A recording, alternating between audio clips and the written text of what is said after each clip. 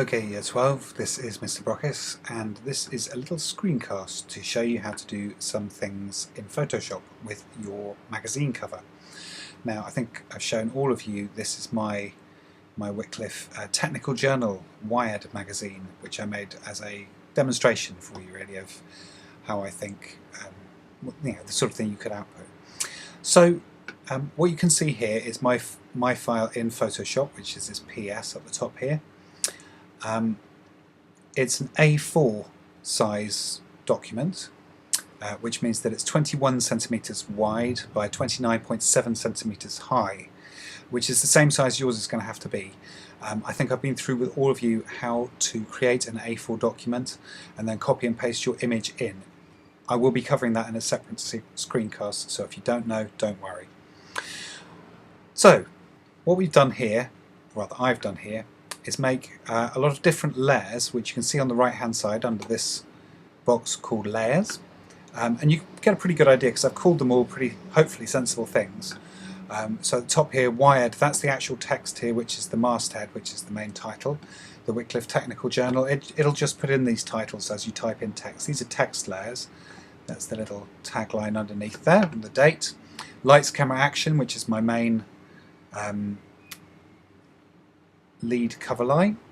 Creative Technology, Film Studies, Media and Music Tech. You can see all of these layers. So if I hit this little I next to each one of them, it will switch them off.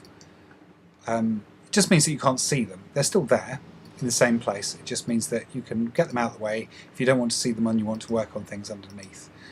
So I'm going to start switching a few of these off so you can see how I've built this up. This barcode here, you'll see at the bottom right hand corner, is a barcode I've made with an online barcode maker, but you can just make one up if you like, but the online barcode maker is quite fun. You can have it say whatever you like. I've made a group of layers here, which is the Apple logo, iPad at Wycliffe Apps, which is this bit of text here, and the iPad itself, which is the graphic of the iPad, and a grey banner. You can see that this arrow shows me all the 4 layers underneath there.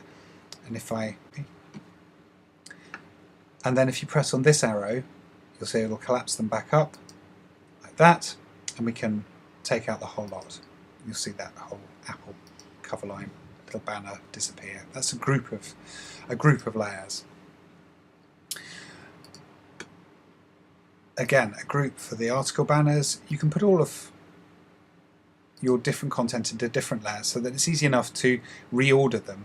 And the order of this is basically the ones up at the top here are going to be on top of each other. So if you imagine them all being on sheets of transparent plastic or something, they can be layered up on top of each other, and the one on top is going to show through, it's going to be placed on top of the others, if you like. So that's layers. You can create a new layer by going up to the layer menu at the top and new layer, or you can make a new group to put more layers into, or you can select multiple layers and then group them together with a single command. And there are lots of other commands for layers, but those are the simple ones for creating them and deleting them, of course. Or you can right click on a layer, and you've got a lot of different options here. So that's the simple way in which this cover is constructed. And now I will go on to a different one as to how to actually populate these layers.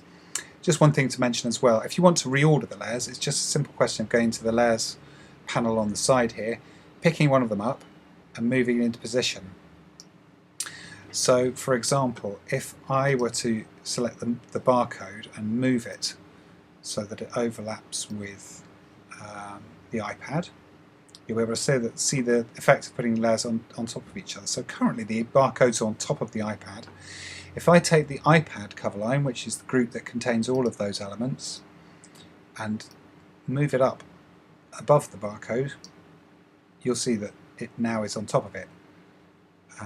You can actually see a little bit of the barcode behind. That's actually because the iPad is slightly transparent. Each layer can be made transparent or opaque, which is the opposite of transparent, i.e. non-transparent.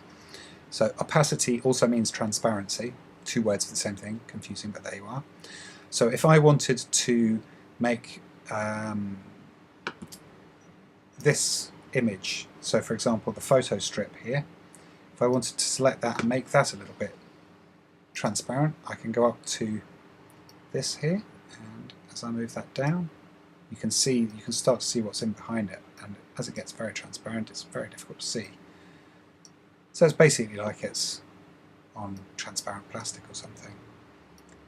And that can be quite a nice effect, quite a useful effect for having things sort of sit together nicely. Anyway, I won't get too into that. That's layers on the right hand side here with your layers panel. You can move them into order. You can individually make them visible or not visible with the little eye, and then you can select a layer and choose a tool to edit it with. So if I select a text layer, Creative Technology Film Studies, which is this one here, you see, all sorts of weird and interesting fonts, and I pick up the text tool, I can now click in there. Don't worry about that. I can now click in here and start editing the text.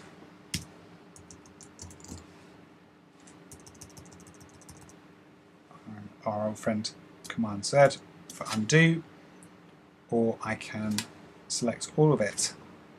And about this one, I'm going to choose a different font here. Technology is, I'm going to change from Myriad Pro, which is one of my favourite fonts, to Niagara Solid, which I don't know, it's a little thinner, or Perpetua, which is rather nice. And I can change the size. I'm going to change it, make it bigger, 48 point. There you go. And I can make it bold. Bam. It's a bit more impact there. And get it down to a sensible size.